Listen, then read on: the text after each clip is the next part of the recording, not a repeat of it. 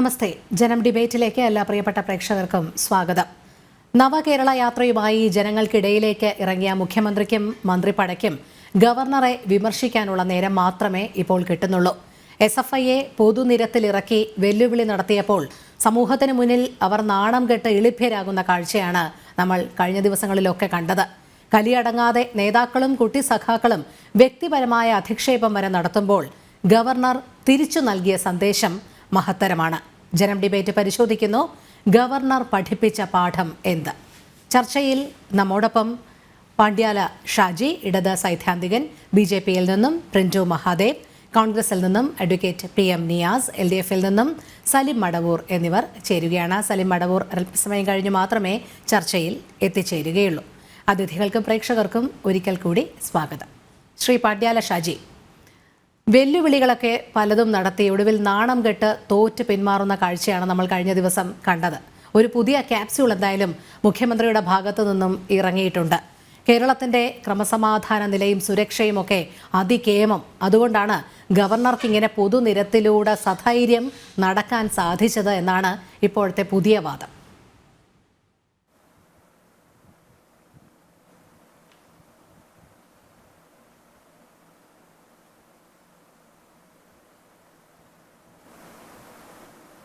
Shri Pandyala Shaji. Hello hello hello ഞാൻ പെട്ടെന്ന് break ആയത് വിട്ടിട്ടാണ്. ഇതൊരു പ്രധാന വിഷയമായി വരേണ്ട സംഗതി.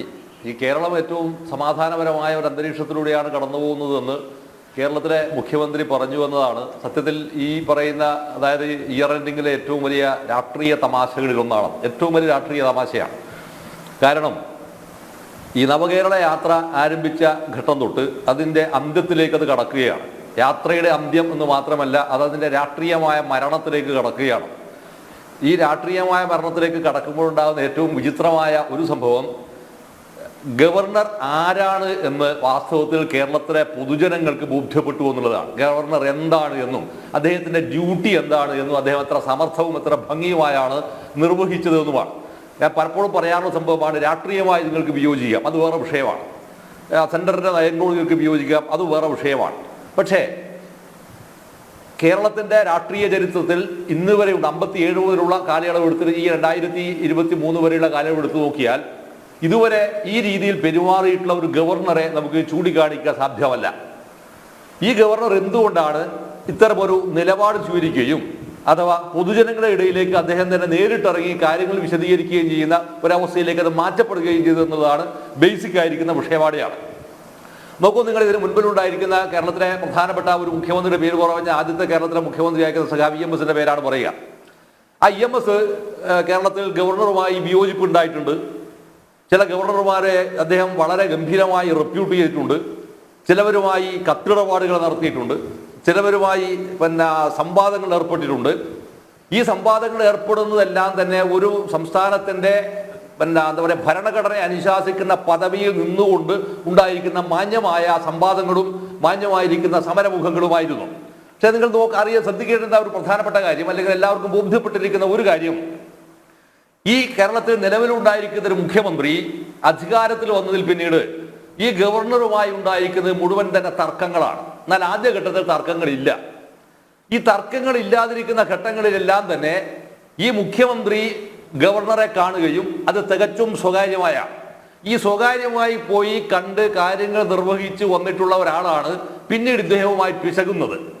ഈ പിശകുന്ന ഘട്ടത്തിൽ ഞാൻ വളരെ പ്രാഥമികമായി ചോദിക്കുന്ന ഒന്നാമത്തെ ചോദ്യം, ഈ കണ്ണൂർ യൂണിവേഴ്സിറ്റിയുടെ വൈസ് ചാൻസലറായി നിയമിച്ചിരിക്കുന്ന ഗോപിനാഥ് രവീന്ദ്രൻ, ഈ രവീന്ദ്രൻ എന്ന് പറയുന്നയാളെ നിശ്ചയിക്കുകയോ നിയോഗിക്കുകയോ ചെയ്യുന്നതിൽ ഇദ്ദേഹം പറഞ്ഞിരിക്കുന്ന ഒരു സംഭവമായി ഗവർണർ പറഞ്ഞിട്ടുള്ളത്, ഇത് അദ്ദേഹം എൻ്റെ വ്യക്തിപരമായ, എൻ്റെ വളരെ അടുത്തൊരു സുഹൃത്തും അദ്ദേഹം എൻ്റെ നാട്ടുകാരനുമാണ് എന്നാണ്. അതുകൊണ്ട് നിങ്ങളെനിക്കെന്ത് വേണം, ഇദ്ദേഹത്തിന് ഫേവറബിളായ ഒരു നിലപാട് ചെയ്തു തരണം. ഇത് ചെയ്തു കൊടുത്തു എന്നൊരു വിഷയത്തിന്റെ മേലെയാണ് ഇപ്പോൾ ഈ കത്തു നിൽക്കുന്ന വിവാദത്തിന്റെ ആദ്യത്തെ പശ്ചാത്തലം എന്ന നിലയിൽ കേരളത്തിലെ ഗവർണർക്ക് എതിരായി സുപ്രീം കോടതിയിൽ നിന്നുള്ള ആദ്യത്തെ പഴി കേൾക്കുന്നത്. നമ്മൾ വളരെ വളരെ സൂക്ഷ്മമായി ഫോളോ ചെയ്യേണ്ട, ശ്രദ്ധിക്കേണ്ട ഒരു വിഷയമാണ്. ഇതിന്റെ മേലെയാണ് ഗവർണർ ആദ്യത്തെ പഴി കേൾക്കുന്നത്. ഈ പഴി കേട്ടിട്ട് പോലും ഗവർണർ ആ സംഭവത്തെ മറ്റേതെങ്കിലും തരത്തിൽ വ്യാഖ്യാനിക്കാനോ വിമർശിക്കാനോ അദ്ദേഹം പോയിട്ടില്ല. അത് അദ്ദേഹത്തിന്റെ ഭാഗത്ത് വന്നിരിക്കുന്ന ഒരു പെശകാണ് എന്ന് അദ്ദേഹം അത് ഓൺ ചെയ്തു. അത് സത്യസന്ധമാണ്. ഈ സത്യസന്ധതയ്ക്ക് പകരം പിന്നീട് വന്നത് ചിത്രം മുഴുവൻ എന്താണ്? അക്ഷരം പോലും പഠിക്കാൻ താല്പര്യമില്ല എന്ന് പലതവണ തെളിയിച്ചിട്ടുള്ള വിദ്യാർത്ഥികളെ കൊണ്ടും വിദ്യാർത്ഥി നേതാക്കളെന്ന് കൊട്ടിഘോഷിക്കപ്പെടുന്നവരെ കൊണ്ടും തെരുവിൽ അങ്ങേയറ്റം ആഭാസകരമായിരിക്കുന്ന സംഭവങ്ങളിലേക്ക് ഇത് കടക്കുകയാണ് ചെയ്തത്. അങ്ങനെ കടക്കുമ്പോൾ ഉണ്ടായിരിക്കുന്ന വിചിത്രമായ ഒരു സംഭവം എന്താണെന്നാണ് മറ്റൊരു രാഷ്ട്രീയ സംഘടനയിൽപ്പെട്ടിരിക്കുന്ന ഒരു പെൺകുട്ടിയോട് പറഞ്ഞത്. അച്ഛനില്ലാത്ത കുഞ്ഞിനെ നിനക്ക് ഞാൻ സമ്മാനിച്ചു തരുമെന്ന് പറയാൻ മാത്രമുള്ള അധമത്വം വിദ്യാർത്ഥി സമൂഹത്തിന്റെ മുമ്പിൽ നിന്ന് പറയാൻ മാത്രമുണ്ടായിരിക്കുന്ന ഒരു വഷണനെയാണ് ഈ പറയുന്ന SFI എന്ന് പറയുന്ന പിന്നെ വലിയ ഞാൻ ആ സംഘടനയുടെ ഏറ്റവും ഉശിരാർന്നിരിക്കുന്ന ഒരു പ്രവർത്തകനായിരുന്നു, സംഘടന കൊണ്ട് കൂടിയാണ് ഇത് പറഞ്ഞത്. ആ സംഘടനയുടെ പ്രധാനപ്പെട്ട ഒരു ഭാരവാഹിയായി ആ കുട്ടിയാണ് ഇരിക്കുന്നത്. ഇപ്പോൾ ആ ആൾ ഉൾപ്പെടെ ആൾ കൊണ്ടാണ് സമരം ചെയ്തത്. സമരത്തിന്റെ രാഷ്ട്രീയമായിരിക്കുന്ന ഉദ്ദേശം വാസ്തവത്തിൽ എന്തായിരുന്നു? ശരിക്ക് ഈ എന്തായിരുന്നു എന്ന് പറയുമ്പോഴാണ് ഈ മുഖ്യമന്ത്രിയുമായി ബന്ധപ്പെട്ട ആളുകളും ഞാൻ ആവർത്തിച്ച് ചോദിക്കുകയാണ്, ഏത് പൊളിറ്റിക് ബ്യൂറോയുടെ നിർദ്ദേശത്തിന്റെ ഭാഗമായാണ് ഈ ഗോപിനാഥ് രവീന്ദ്രൻ എന്ന് പറഞ്ഞ ആള് കേരളത്തിലെ VC ആയി മുഖ്യമന്ത്രി പിന്നെ ഗവർണറുടെ മുമ്പിൽ പോയി ശുപാർശ നടത്തിയത്? അല്ലെങ്കിൽ ഏത് സെൻട്രൽ കമ്മിറ്റി പറഞ്ഞിട്ടാണ്? അല്ലെങ്കിൽ ഏത് പാർട്ടി സെക്രട്ടേറിയറ്റ് പറഞ്ഞിട്ടാണ്? അല്ലെങ്കിൽ സ്റ്റേറ്റ് കമ്മിറ്റി പറഞ്ഞിട്ടാണ്? ജില്ലാ കമ്മിറ്റി അതിന്റെ ഏറ്റവും ബ്രാഞ്ച് വരെ എടുത്തോ? ഒരു സ്ഥലത്തും ചർച്ച നടത്തിയിട്ടില്ല. നടത്താതെയാണ് എന്ത് ചെയ്തത്?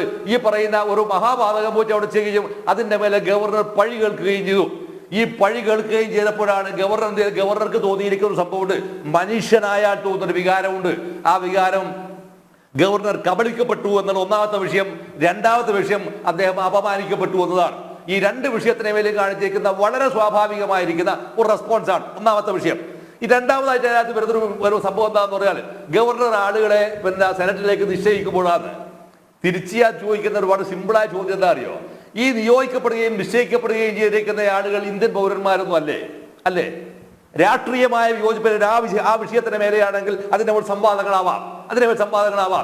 ഏത് SFIയുടെയും ഏത് പാർട്ടിയുടെയും കമ്മിറ്റിയിൽ ചർച്ച ചെയ്തിട്ടാണ് നിങ്ങൾ സെനറ്റിലേക്ക് ഈ ആളുകളെ ഓരോന്നായി ഈ ഗവർണർക്ക് ഉൾപ്പെടെയുള്ളവരോട് പറഞ്ഞ് നിങ്ങൾ അതിനകത്ത് പ്രവേശിപ്പിച്ചിട്ടുള്ളത് എന്ന് വിശദീകരിക്കാൻ ഇദ്ദേഹം തയ്യാറാവോ?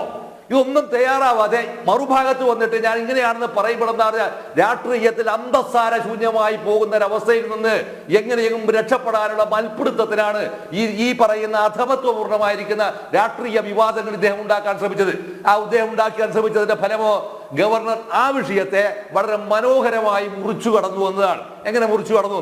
ഞാൻ മറ്റൊരു ഉദാഹരണം കാണിച്ചു തരാം. 1967 കേരളത്തിലെ തലശ്ശേരി എന്ന സ്ഥലത്ത് വെച്ച് ഗവർണർ NN വാഞ്ചുവിനെതിരായി communist party of India Marxist Thalassery എക്കാലവും കണ്ടിരിക്കുന്ന ഏറ്റവും പ്രഗത്ഭനായ നേതാവ് ഗംഗാരമാരാർ കാറിന് കല്ലെറിഞ്ഞു. പോലീസ് വരുന്നു, പിടിക്കുന്നു, ഇദ്ദേഹത്തെ അറസ്റ്റ് ചെയ്യുന്നു. ഈ അറസ്റ്റ് ചെയ്തപ്പോൾ അദ്ദേഹം പറഞ്ഞെന്താണെന്നറിയോ? അദ്ദേഹം പറഞ്ഞത്, ഈ സംസ്ഥാനത്തിനകത്ത് അരി കൃത്യമായി വിതരണം ചെയ്യപ്പെടുന്നില്ല. ആ വിതരണം ചെയ്യപ്പെടാത്തതിന്റെ പേരിൽ ജനമനുഭവിക്കുന്ന പ്രതിസന്ധിയുടെ ആഴം എന്താണ് എന്ന് പ്രതിഷേധത്തോട് കാണിക്കുന്നതിന് വേണ്ടിയാണ് ഞാൻ കല്ലെറിഞ്ഞത്. ഇതാണ് അദ്ദേഹം ഓൺ ചെയ്തിരിക്കുകയാണ്. കോടതിയിൽ വാദിക്കുമ്പോൾ അദ്ദേഹം പറഞ്ഞെന്താണെന്ന് അറിയുന്നത് അത്ഭുതപ്പെട്ടു പോകും. അദ്ദേഹം ഈ തലശ്ശേരി ജനറൽ ആശുപത്രിക്കകത്തെ സ്ഥിരമായ ഒരു സന്ദർശകനാണ്. അത് മഴയത്താവട്ടെ വെയിലത്താവട്ടെ പിന്നെ കൊടും ചൂടിലാവട്ടെ. അദ്ദേഹം പറഞ്ഞെന്താണെന്നറിയോ? When I was coming from hospital, a car was coming at a fury and at a speed. At that moment, a cow was trying to cross the road. Then I put up a stone and throw the cow. But unfortunately, it fell upon our honorable governor's car. What can I do? എന്ന് അദ്ദേഹം ചോദിച്ചു. കോടതിയിൽ ആ സംഭവം എന്തായിപ്പോയി തെളിയിക്കപ്പെട്ടില്ല. അദ്ദേഹത്തെ നിരുപാധികം വിട്ടയക്കുകയാണ് ചെയ്തത്. ഇവിടെ എന്തായിരുന്നു വാസ്തവത്തിൽ ഗവർണറുടെ വിഷയത്തിനോട് വന്നത്? ഇവിടെ നിങ്ങൾ ചെയ്തത് ഈ ഗവർണറെ കാറിന് നേരെ കല്ലെറിയാനും ഇടിക്കാനുമാണ് പോയത്. ഇടിക്കാൻ പോയപ്പോഴാണ് ഗവർണർ എന്ത് ചെയ്യുന്നത്? ഗവർണർ അദ്ദേഹത്തിന്റെ കാറിൽ നിന്ന് ഇറങ്ങിയിട്ട് പരസ്യമായി ഗവർണർ പറഞ്ഞു, then hit me. ഇത് പറഞ്ഞപ്പോ ഈ പറഞ്ഞ SFIയുടെ വില്ലാളി വീരന്മാർ എവിടെയാ പോയത്? അപ്പോഴാണ് നിങ്ങൾക്ക് ഗവർണർ എന്ന് പറയുന്ന ഒരു സംഭവത്തിന്റെ തസ്തികയെ കുറിച്ച് ബോധ്യം ഉണ്ടായതുകൊണ്ടല്ല, നിങ്ങൾ വാസ്തവത്തിൽ ഭയന്നു എന്നുള്ളതാണ്. ഇങ്ങനെ ഭയക്കാൻ മാത്രം ഉണ്ടായിരിക്കുന്ന അവസ്ഥയിലേക്ക് സംഘടനയെ രാഷ്ട്രീയത്തെ കൊണ്ടുപോകുമ്പോൾ വരുന്നൊരു ദുരന്തം ഇതുപോലുള്ള പാഠശാലയിൽ നിന്ന് ഒരുപക്ഷെ ഈ ഗവർണർ പഠിപ്പിച്ചിരിക്കുന്ന ഏറ്റവും വലിയ പാഠം ജനാധിപത്യം അതെങ്ങനെ ആയിരിക്കണമെന്ന് തിരിച്ചറിയാനുള്ള ഒരു സാമാന്യമായ ഒരു അവസ്ഥ അദ്ദേഹം ഉണ്ടാക്കി തരികയും മിഠായി തെരുവിലൂടെ അദ്ദേഹം കൃത്യമായി നടക്കുകയും സഞ്ചരിക്കുകയും ചെയ്തതോടെ അദ്ദേഹം ഒന്നുകൂടി അദ്ദേഹം ഓർമ്മിപ്പിക്കുകയാണ് ചെയ്തത്. ജനം ഈ യാത്ര നടത്തുമ്പോൾ ആ യാത്രയിൽ ഉടനീളം തന്നെ പോലീസ് നാട്ടിലെ മുഴുവൻ ആളുകയും വിയോജിപ്പോ കറുപ്പ് ധരിക്കുന്നവര് എടുക്കുകയും അടിക്കുകയും ചെയ്യുന്ന പേക്കൂത്ത് നടത്തിപ്പോയിരിക്കുന്ന ജാഥയ്ക്ക് സമാന്തരമായി ഒരു തരത്തിലുള്ള അകമ്പടിയുടെയും പിൻബലമില്ലാതെ നിർഭയനായി ഈ ഏറ്റവും തിരക്കേറിയിരിക്കുന്ന മിഠായി തെരുവിലൂടെ അദ്ദേഹം നടക്കുകയും അദ്ദേഹം ഹൽവ നുണയും ചെയ്യുമ്പോൾ സത്യത്തിൽ കേരളത്തിലെ മുഖ്യമന്ത്രി ലജ്ജിച്ച് കഴിഞ്ഞ ദിവസം കണ്ടത്. ശ്രീ പണ്ഡ്യാല ഷാജി, താങ്കളിലേക്ക് എത്താം. ശ്രീ സലീം മടവൂർ, ഇത്തരത്തിൽ സ്വയം പരിഹാസ്യമാകുന്ന രീതിയിലേക്കാണ് പ്രതിഷേധങ്ങളെല്ലാം മാറിയത് എന്നുള്ളത് നമ്മൾ കഴിഞ്ഞ ദിവസം കണ്ടതാണ്. എന്തെല്ലാം വെല്ലുവിളികളായിരുന്നു. കാലിക്കറ്റ് സർവകലാശാലയിൽ കാലുകുത്താൻ അനുവദിക്കില്ല എന്ന് പറഞ്ഞിടത്ത് തുടങ്ങി ഇന്നലെ ഗവർണർ മിഠായി തെരുവിലൂടെ സധൈര്യം നടന്നു നീങ്ങുന്നതൊക്കെ കണ്ടതാണ്. അപ്പോഴും അടുത്ത രാഷ്ട്രീയ വിമർശനം എന്ന് പറയുന്നത് 1000 പോലീസുകാരുടെ അകമ്പടി ഉണ്ടായിരുന്നത്. പക്ഷേ അദ്ദേഹം കോഴിക്കോട് മിഠായി തെരുവിലേക്ക് ഇറങ്ങുമ്പോൾ ആദ്യം പറഞ്ഞത് എനിക്ക് ഒരു പോലീസുകാരൻ്റെയും സുരക്ഷ വേണ്ട, എനിക്ക് ആവശ്യമില്ല, എന്നെ സാധാരണക്കാരായ ജനങ്ങൾ നോക്കിക്കൊള്ളും എന്ന് തന്നെയാണ്. ആ വെല്ലുവിളി ഏറ്റെടുത്തുകൊണ്ടാണ് അദ്ദേഹം നടന്നത്. എല്ലാ മന്ത്രിമാരും മുഖ്യമന്ത്രിക്ക് അനുകൂലമായി ഗവർണർക്കെതിരായി ദിവസവും ഇങ്ങനെ ഓരോരോ പരാമർശങ്ങൾ നടത്തിക്കൊണ്ടിരിക്കുകയാണ്. പക്ഷേ എന്തുകൊണ്ടാണ് CPM ഒരു പുനർവിചിന്തനം നടത്താത്തത്? LDF സർക്കാരിന് എന്തുകൊണ്ടാണ് ഗവർണർ ആരിഫ് മുഹമ്മദ് ഖാൻ അനഭിമതനായത്? ഉന്നത വിദ്യാഭ്യാസ മേഖലയിലെ ഇത്തരത്തിലുള്ള എല്ലാ അനൗചിത്യങ്ങളെയും എടുത്തു കാട്ടിയത് കൊണ്ട് തന്നെയല്ലേ? അല്ലാതെ മറ്റെന്ത് പ്രശ്നമാണ് ഗവർണറുമായി LDF സർക്കാരിനുള്ളത്? അല്ല, ഇവിടെ ഗവർണറെ സംബന്ധിച്ചിടത്തോളം അദ്ദേഹം ഇത് നിങ്ങൾ പറഞ്ഞത് പ്രകാരം മാതൃക കാണിക്കുകയാണെങ്കിൽ അദ്ദേഹത്തിന്റെ ഓഫീസിന്റെ ചെലവ് കുറയ്ക്കാൻ തയ്യാറാവരുത്, അദ്ദേഹത്തിന്റെ മറ്റുള്ള യാത്രാ ചെലവുകൾ കുറയ്ക്കട്ടെ. അപ്പൊ അങ്ങനെ ഒരു ലളിതമായ ജീവിതം നയിച്ചുകൊണ്ട് സംസ്ഥാന ഗവൺമെന്റിനോടും അദ്ദേഹം പറയട്ടെ, എല്ലാവരും ചെലവ് കുറയ്ക്കണം, സ്റ്റാഫിനെ കുറയ്ക്കണം. അപ്പൊ അദ്ദേഹത്തിന്റെ സ്റ്റാഫിന്റെ എണ്ണം ഓരോ ദിവസവും കൂട്ടുന്നു, അദ്ദേഹത്തിന് പുതിയ കാറുകൾ വാങ്ങുന്നു, അദ്ദേഹത്തിന്റെ ജീവിത ചെലവ് കൂടുന്നു, എന്നിട്ട് ലളിതമാണ് എന്ന് നിങ്ങൾ പറയുന്നു. അപ്പൊ അദ്ദേഹത്തെ സംബന്ധിച്ചിടത്തോളം എല്ലാ സമയവും ഇത്രയും വലിയ കോൺവോയ് അല്ല, അത് മാത്രമാണോ LDF സർക്കാരിന്റെ പ്രശ്നം? അതോ അദ്ദേഹം ഈ VC നിയമനം ഉൾപ്പെടെയുള്ള കാര്യങ്ങളിൽ ഇടപെട്ടതാണോ? അതിന് മുൻപൊന്നും ഒരു വിമർശനവും അദ്ദേഹത്തിനെതിരെ ഉണ്ടായിരുന്നില്ലല്ലോ. ഉന്നത വിദ്യാഭ്യാസ മേഖലയുടെ തകർച്ച, അതിനുതകുന്ന തരത്തിലുള്ള രാഷ്ട്രീയ ഇടപെടലുകൾ, ഇങ്ങനെ രാഷ്ട്രീയക്കാരെ തിരികെ കയറ്റലുകൾ, ഇതൊക്കെ അദ്ദേഹം ചോദ്യം ചെയ്തപ്പോഴാണ് അദ്ദേഹത്തിനെതിരെ ഇത്തരം മുദ്രാവാക്യങ്ങളുമായി പൊതുനിരത്തിൽ ഇറങ്ങിയത്. അതിന് SFIയെയും വിനിയോഗിച്ചു. അല്ല, VC നിയമനത്തിൽ അദ്ദേഹത്തിന് ഇങ്ങനെ ഇടപെടാനുള്ള അധികാരമില്ലല്ലോ. അദ്ദേഹത്തിന് VC നിയമനത്തിൽ ചില പരിമിതികളുണ്ട്. സംസ്ഥാന ഗവൺമെന്റ് കൊടുക്കുന്ന ലിസ്റ്റ് പ്രകാരമുള്ള കാര്യങ്ങളെ ചെയ്യാനേ നിലവിൽ അദ്ദേഹത്തിന് അധികാരമുള്ളൂ. അത് ഇന്ത്യയുടെ ഭരണഘടന. ശ്രീ സലീം മടവൂർ, സുപ്രീം കോടതി ഗോപിനാഥ് രവീന്ദ്രനെ പുറത്താക്കിയത് കണ്ടതല്ലേ? അയോഗ്യനാണ് എന്ന് ചൂണ്ടിക്കാണിച്ചതാണ്. അദ്ദേഹവും അതേ ചൂണ്ടിക്കാണിച്ചുള്ളൂ. അയോഗ്യതകൾ എന്തൊക്കെയാണ് എന്ന് കണ്ടെത്താൻ അദ്ദേഹത്തിന് സാധിച്ചു, അദ്ദേഹവും ചൂണ്ടിക്കാണിച്ചുള്ളൂ. അവിടെ ഗവർണറുടെ പരിമിതിയാണ് സംസ്ഥാന സർക്കാർ നൽകുന്ന ലിസ്റ്റ് അനുസരിച്ച്. ഒരു ഭരണഘടനാ നിർമ്മാണ സഭയിൽ ചർച്ചയിൽ വളരെ വ്യക്തമായിട്ട് പറഞ്ഞിട്ടുണ്ട്, ഗവർണർ എന്തിനാണ് ഇങ്ങനെ ഇടപെടാനുള്ള അധികാരം കൊടുക്കുന്നതെന്ന് ചോദിച്ചപ്പോ അന്ന് അംബേദ്കർ അടക്കമുള്ള ആളുകൾ, ഞാൻ റെഫർ ചെയ്തപ്പോൾ ഞാൻ അത് വായിച്ചത് എനിക്ക് മനസ്സിലായത് വളരെ കൃത്യമായിട്ട് പറഞ്ഞിട്ടുണ്ട്, സംസ്ഥാനത്തിന്റെ ഭരണം നേർവഴിക്കാണെന്ന് നോക്കാനുള്ള ചെറിയൊരു ചുമതല ഗവർണർക്ക് കൊടുക്കണമെന്നാണ് പറഞ്ഞത്. അപ്പൊ ഒരു യോഗ്യതയില്ലാത്ത ഒരാളെ ഒരു സംസ്ഥാനത്തിൽ ഏതെങ്കിലും, കേരളം എന്ന് വേണ്ട, ഏതെങ്കിലും ഒരു സംസ്ഥാനത്തിന്റെ മുഖ്യമന്ത്രി അദ്ദേഹത്തെ സമ്മർദ്ദം ചെലുത്തിയാൽ യോഗ്യതയില്ലാത്തയാളെ നിയമിച്ച ഗവർണർ അപ്പൊ അറിഞ്ഞുകൊണ്ട് ഒരു തെറ്റിന് കൂട്ടുനിന്നു എന്നാണ് നിങ്ങൾ പറയുന്നത്. അങ്ങനെ യോഗ്യതയില്ലാത്ത സംസ്ഥാനത്ത് നമ്മുടെ ഭരണഘടനയെ സംരക്ഷിക്കേണ്ട ആള്, നമ്മുടെ യൂണിവേഴ്സിറ്റികളെ സംരക്ഷിക്കേണ്ട ആള് ഒരു യോഗ്യതയില്ല എന്ന് അറിഞ്ഞുകൊണ്ട് തന്നെ സമ്മർദ്ദത്തിന്, അതായത് നമ്മുടെ സത്യപ്രതിജ്ഞ എന്ന് പറഞ്ഞാല് വാചകം എന്റെ അടുത്ത്, അതായത് ഒരു തരത്തിലുള്ള സമ്മർദ്ദത്തിന് വഴിപ്പെടാതെ, ആരുടെയും സമ്മർദ്ദത്തിന് വിധേയനാവാതെ, സത്യത്തോടും നീതിയോടും കൂറ് പുലർത്തിക്കൊണ്ട്, ഭരണഘടനയോട് കൂറ് പുലർത്തിക്കൊണ്ട് എന്റെ ഡ്യൂട്ടി ചെയ്യുമെന്നാണ്. അപ്പൊ കേരളത്തിലെ ഗവർണർ തന്റെ സത്യപ്രതിജ്ഞക്ക് ലംഘനം വരുത്തിയിരിക്കുന്നു. അദ്ദേഹം ആ സ്ഥാനത്ത് തുടരാൻ യോഗ്യനല്ല എന്നാണ് അതിന്റെ അർത്ഥം. അത് ശരി. അല്ലാതെ ഉന്നത വിദ്യാഭ്യാസ മന്ത്രി ബിന്ദു അയച്ച കത്തുകളുടെ എണ്ണവും മുഖ്യമന്ത്രി നേരിട്ട് അയച്ച കത്ത് എന്റെ നാട്ടുകാരനാണ് എന്ന് പറഞ്ഞതും ഒന്നുമല്ല. അത് മാത്രമല്ല, അവിടെ ഗവർണർ തുറന്നു പറയുന്നുണ്ട്. പറയട്ടെ, നിങ്ങൾ പറഞ്ഞത് പ്രകാരം സംസ്ഥാനത്തിന്റെ ഭരണഘടനാ സംവിധാനത്തിൽ ഒന്നാമനായി നിൽക്കുന്നത് ഗവർണറാണ്. എല്ലാവരെയും നോക്കി നടത്തേണ്ട ഗവർണർ സ്വയം താൻ സമ്മർദ്ദത്തിന് വിധേയനായി ഈ തെറ്റ് ചെയ്തു എന്ന് പറഞ്ഞാൽ സത്യപ്രതിജ്ഞാ ലംഘനം നടത്തിയെന്നാണ് അതിന്റെ അർത്ഥം. അദ്ദേഹം രാജിവെക്കണം. നിങ്ങൾ പറഞ്ഞ ഈ വാദം വെച്ച് നമ്മൾ നോക്കിയാൽ കേരളത്തിന്റെ ഗവർണർ, അതായത് ആരുടെയും സമ്മർദ്ദത്തിന് വഴിപ്പെടാതെ ഇത്തരത്തിലുള്ള വാദങ്ങൾക്ക് വഴിപ്പെടാതെ ഭരണഘടനയോട് അത്യധികം കൂറും വിശ്വാസവും പുലർത്തി അതെ, ഇപ്പോൾ അദ്ദേഹം സത്യപ്രതിജ്ഞ ചെയ്തത് മാത്രമാണ് വിഷയമായി വന്നിരിക്കുന്നത്. ശ്രീ സലിം മടവൂർ, എന്തെല്ലാം രീതിയിലുള്ള ന്യായീകരണങ്ങളാണ് ഇത്? എങ്ങനെയാണ് യാതൊരു ഔചിത്യ ബോധവും ഇല്ലാതെ ഇത്തരത്തിലുള്ള ന്യായീകരണങ്ങൾ നിരത്തുന്നത്? അത് മാത്രമേ ചോദിക്കുന്നുള്ളൂ. എവിടെയെങ്കിലും അടി പതറുന്നു, അടി തെറ്റുന്നു എന്ന് കണ്ടു കഴിഞ്ഞാൽ ഗവർണർ അന്ന് സത്യപ്രതിജ്ഞാ ലംഘനം നടത്തി, അതുകൊണ്ട് രാജിവെക്കണം. അതുകൊണ്ടാണോ ഈ SFI കുട്ടികളെ കൊണ്ട് ഇങ്ങനെ പൊതുനിരത്തിലും തെരുവിലുമൊക്കെ ഇറക്കി ധാർഷ്ട്യം നിറഞ്ഞ മുദ്രാവാക്യം? എന്തിനാ അതിന്റെ വിവരക്കേടുകളൊക്കെ കഴിഞ്ഞ ദിവസം ബാനറുകളിൽ എഴുതിയ വിവരക്കേടുകളൊക്കെ ഇങ്ങനെ സോഷ്യൽ മീഡിയയിലൂടെ നടക്കുകയാണ്. എന്തായാലും ശ്രീ സലിം മടവൂരിലേക്ക് വരാം.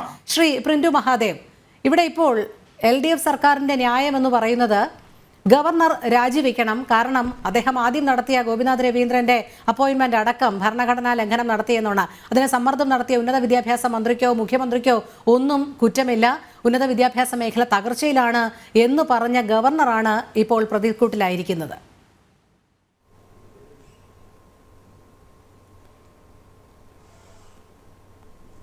ഇതിൽ നമ്മുടെ ക്യാപ്ഷൻ തന്നെ പറയുന്നുണ്ട്, ഗവർണർ പഠിപ്പിച്ച പാഠം എന്താണെന്ന്.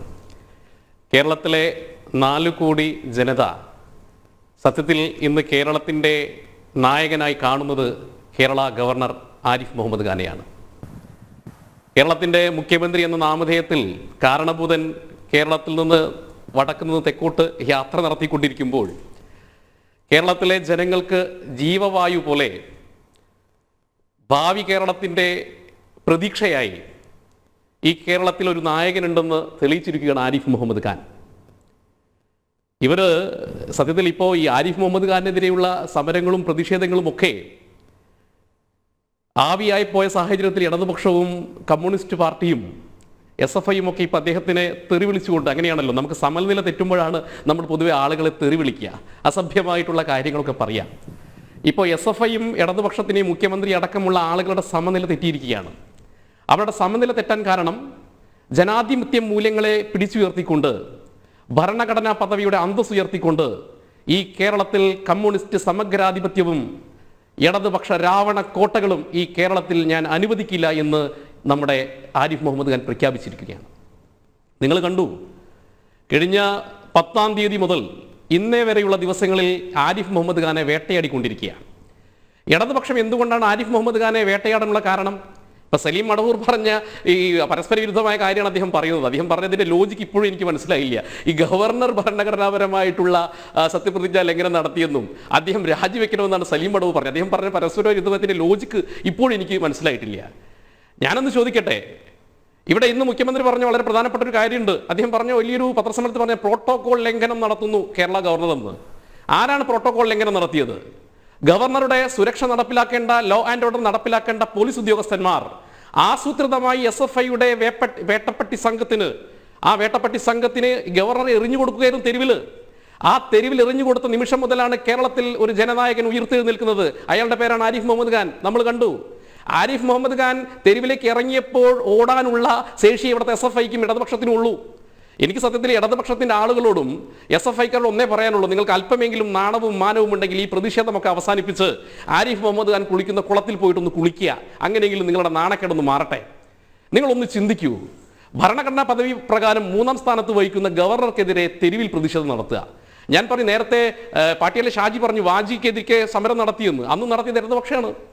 ഞാൻ പറയുന്നു, രാമകൃഷ്ണ റാവു മുതൽ സദാശിവം വരെയുള്ള ഗവർണർമാർക്ക് ഇല്ലാത്ത മറ്റൊരു കാര്യം ആരിഫ് മുഹമ്മദ് ഖാൻ ഉണ്ട്. ആ കാര്യം എന്ന് പറഞ്ഞാൽ അദ്ദേഹത്തിന് നട്ടെല്ലുണ്ട് എന്നുള്ളതാണ്. അദ്ദേഹം ചെയ്ത തെറ്റെന്താണ്? എല്ലാ കാലഘട്ടത്തിലും ഇവിടെ ഗവർണർമാർ എന്ന് പറയുന്നത് ഇവിടെ ഭരിക്കുന്ന ഭരണകൂടം നിശ്ചയിക്കുന്ന ഏത് തരത്തിലുള്ള ഇംഗിതങ്ങൾക്കും വഴങ്ങിക്കൊണ്ട് അവർ പറയുന്ന സ്റ്റാമ്പുകളിൽ ഒപ്പിടുന്ന ആളുകളായി മാറുന്ന സാഹചര്യം ഉണ്ടാവുന്നത്, പേപ്പറുകളിൽ ഒപ്പിടുന്ന സാഹചര്യമാണ് ഉണ്ടാവുന്നത്. അവർ പറയുന്ന ആളുകളെ വൈസ് ചാൻസലർമാരെ നിശ്ചയിക്കുന്ന സാഹചര്യം, അവർ പറയുന്ന ആളുകളെ സെനറ്റിലേക്ക് നിശ്ചയിക്കുന്ന സാഹചര്യം.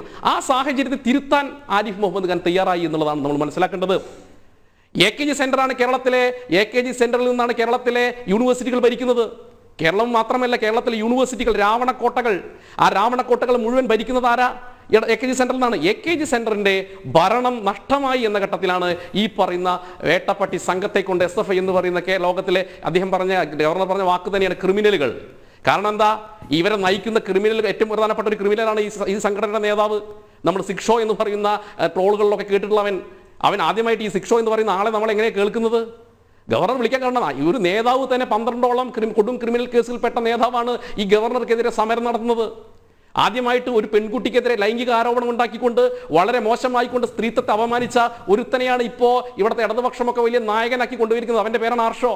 നമ്മൾ ആദ്യമായി കേൾക്കുന്നത് ഒരു പെൺകുട്ടിയെ അവരുടെ മാനത്തിന് വില പറഞ്ഞ ഒരുത്തൻ, ആ ഒരുത്തൻ ഗവർണർക്കെതിരെ നടത്തുന്ന സമരം, അവനും അവന്റെ സംഘവും നടത്തുന്ന സമരം.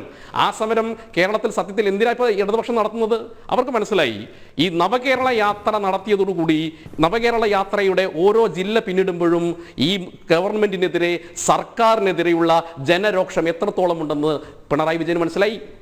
അപ്പൊ ഇനി ഒരിക്കലും നവകേരള യാത്ര ചർച്ചയാകരുത്. ആ ചർച്ചയാകാത്ത സാഹചര്യത്തിലാണ് അതിന് നേരെ ഗവർണറിലേക്ക് തിരിക്കുന്നത്. ഇവിടുത്തെ ഈ പറയുന്ന ഈ ഏട്ടപ്പട്ടി സംഘമായിട്ടുള്ള ഈ SFIക്കാരെ കൊണ്ട് സ്വാഭാവികമായിട്ട് ഗവർണർക്കെതിരെ തെരുവിൽ സമരം നടത്തുന്നു. ആ സമരത്തെ വളരെ നയചാരിത്യത്തോടു കൂടിയിട്ട് ഗവർണർ നേരിടുന്നു. ഗവർണർ ഇവർ പറഞ്ഞു കാലിക്കറ്റ് യൂണിവേഴ്സിറ്റി എന്നല്ല കേരളത്തിലെ ഒരു യൂണിവേഴ്സിറ്റികളിലും കാലുകുത്താൻ അനുവദിക്കില്ല എന്ന് പറയുന്നു. നമുക്ക് ധാർഷ്ട്യമല്ലേ? നിങ്ങൾ നോക്ക്, കേരളത്തെ എന്താ ഈ പറയുന്ന ആളുകളുടെ തറവാട്ട് സ്വത്താണോ? എല്ലാ കാലഘട്ടത്തിലും നിങ്ങൾ പറയുന്നത് കേട്ട് ഓച്ചാനിച്ച് നിൽക്കാൻ കേരളത്തിലെ ജനങ്ങൾക്ക് ജനാധിപത്യമില്ലേ? ഇത് നമ്മൾ മനസ്സിലാക്കണം. ഇപ്പൊ പറഞ്ഞല്ലോ ഫ്ലെക്സ് കീറിയതാണ് വലിയ പ്രശ്നമെന്ന്. ഞാൻ ചോദിക്കട്ടെ, SFI അല്ലാത്ത ഏതെങ്കിലും ഒരു സംഘടനയുടെ ഫ്ലെക്സ് വെക്കാൻ ഇന്നേ വരെ ഈ SFIക്കാരൻ കേരളത്തിലെ ക്യാമ്പസുകളിലോ യൂണിവേഴ്സിറ്റികളോ സാധിക്കാറുണ്ടോ? ഞാൻ ചോദിക്കട്ടെ, കാലിക്കറ്റ് യൂണിവേഴ്സിറ്റി ഉണ്ട്, അതുപോലെ തന്നെ MG യൂണിവേഴ്സിറ്റി ഉണ്ട്, അതുപോലെ കേരള യൂണിവേഴ്സിറ്റികളുണ്ട്. SFIക്കാരൻ അല്ലാത്തവന്റെ ഒരു ഫ്ലെക്സോ കൊടിയോ പോലും അനുവദിക്കാത്ത ആളുകളാണ്. അവരാണ് പറയും ഞങ്ങൾ ഫ്ലെക്സ് വെക്കും.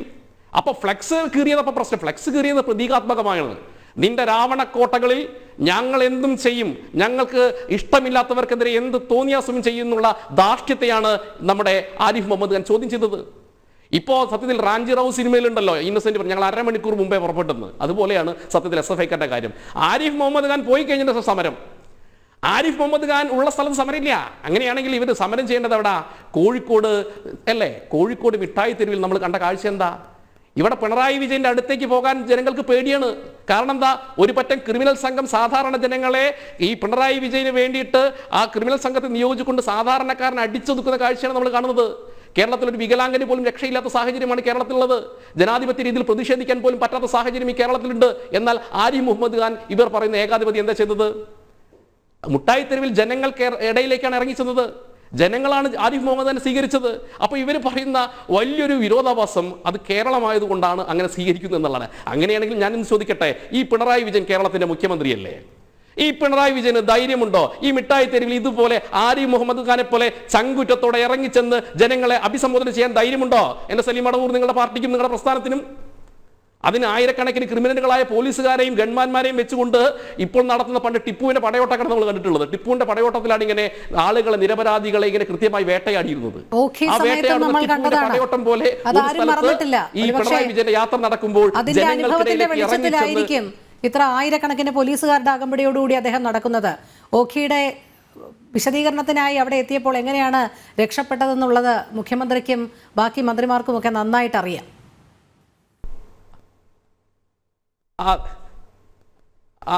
തീർച്ചയായും അറിയാം. മുഖ്യമന്ത്രിക്ക് അറിയുന്നതുകൊണ്ടാണല്ലോ ഇപ്പൊ ഇദ്ദേഹം വലിയ വീരവാദം പറയുന്നുണ്ടല്ലോ. ഇന്ദ്രന്റെയും ചന്ദ്രന്റെയും വാളുകൾക്കിടയിലൂടെയൊക്കെ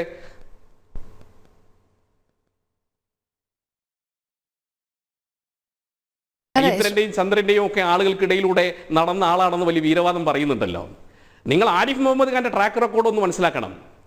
ഈ പിണറായി വിജയൻ ഈ വലിയ ഡയലോഗും ഈ പഞ്ച് ഡയലോഗും പറഞ്ഞ് ഈ SFIക്കാരെയും DYFIക്കാരെയും കമ്മ്യൂണിസ്റ്റുകാരെ കൈയടിക്കുന്ന സമയത്ത് 15,000-ഓളം പേര് പഠിക്കുന്ന അലിഗഡ് യൂണിവേഴ്സിറ്റിയിൽ, ജാമിയ മിലിയ യൂണിവേഴ്സിറ്റികളിൽ ചെയർമാനും ജനറൽ സെക്രട്ടറിയുമായിരുന്നു ആരിഫ് മുഹമ്മദ് ഖാൻ. 26 വയസ്സിൽ MLA ആയിരുന്ന വ്യക്തിത്വമാണ് അദ്ദേഹം. ഇപ്പോൾ തെരുവിലിറങ്ങിയിരുന്ന SFIക്കാരുടെ ഈ പിതാക്കന്മാരെക്കാൾ പ്രായമുണ്ട് അദ്ദേഹത്തിന്റെ രാഷ്ട്രീയ പാരമ്പര്യത്തിന്. അങ്ങനെയുള്ള ആരിഫ് മുഹമ്മദ് ഖാനെയാണ് ഇവർ രാഷ്ട്രീയ പാരമ്പര്യം എന്ന് പറഞ്ഞുകൊണ്ട് അവഹേളിക്കുന്നത്.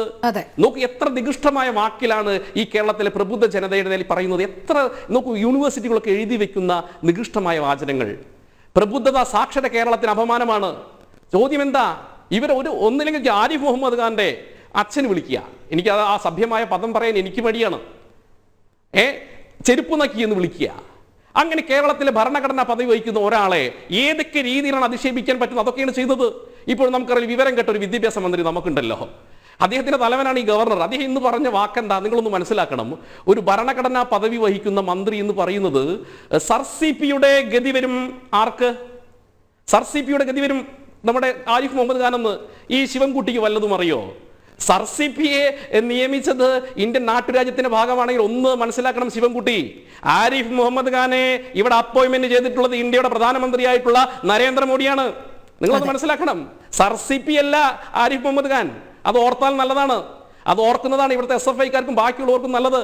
അതെ, ഇപ്പോൾ ഇത്തരത്തിലുള്ള ഈ സോഷ്യൽ മീഡിയ ഭീഷണിയിൽ മാത്രമാണ് ശ്രീ പ്രിന്റു മന്ത്രിമാരുടെയൊക്കെ ഈ വീരവാദം സോഷ്യൽ മീഡിയയിലൂടെ മാത്രം ഒതുങ്ങുന്ന കാഴ്ചയാണ് നമ്മൾ കാണുന്നത്. ശ്രീ PM നിയാസ്, പല സംസ്ഥാനങ്ങളിലും പദവിയെക്കുറിച്ച് അറിയില്ല. എത്താം ശ്രീ പ്രിന്റു, താങ്കളിലേക്ക് എത്താം. ശ്രീ PM നിയാസ്, പല സംസ്ഥാനങ്ങളിലും ഗവർണർ സർക്കാർ പോര് നമ്മൾ കാണാറുണ്ട്. അത് സ്വാഭാവികമാണ്. കാരണം പലപ്പോഴും കേന്ദ്ര സംസ്ഥാന സർക്കാരുകൾ വ്യത്യസ്ത രാഷ്ട്രീയ ചേരിയിലുള്ളവരായിരിക്കാം. അതുകൊണ്ട് തന്നെ കേന്ദ്രത്തിന്റെ അപ്പോയിന്റ്മെന്റ്, പൊളിറ്റിക്കൽ അപ്പോയിന്റ്മെന്റ് തന്നെയാണ് ഗവർണർ. അതുകൊണ്ട് ചില അഭിപ്രായ വ്യത്യാസങ്ങൾ ഉണ്ടാകാം. പക്ഷേ ഇവിടെ LDF സർക്കാർ കാണിക്കുന്ന ഈ ഒരു നയം എന്തെങ്കിലും രീതിയിലുള്ള അഭിപ്രായ വ്യത്യാസമുണ്ടെങ്കിൽ ഒരു ചർച്ചയ്ക്കോ തുറന്ന സംവാദത്തിനോ ഒന്നും തയ്യാറാകാതെ ഇങ്ങനെ SFI-ക്കാരെ തെരുവിലിറക്കുന്നു. മന്ത്രിമാർ സോഷ്യൽ മീഡിയ വഴി മാധ്യമങ്ങളിലൂടെയുമൊക്കെ ഭീഷണി സ്വരം ഉയർത്തുന്നു.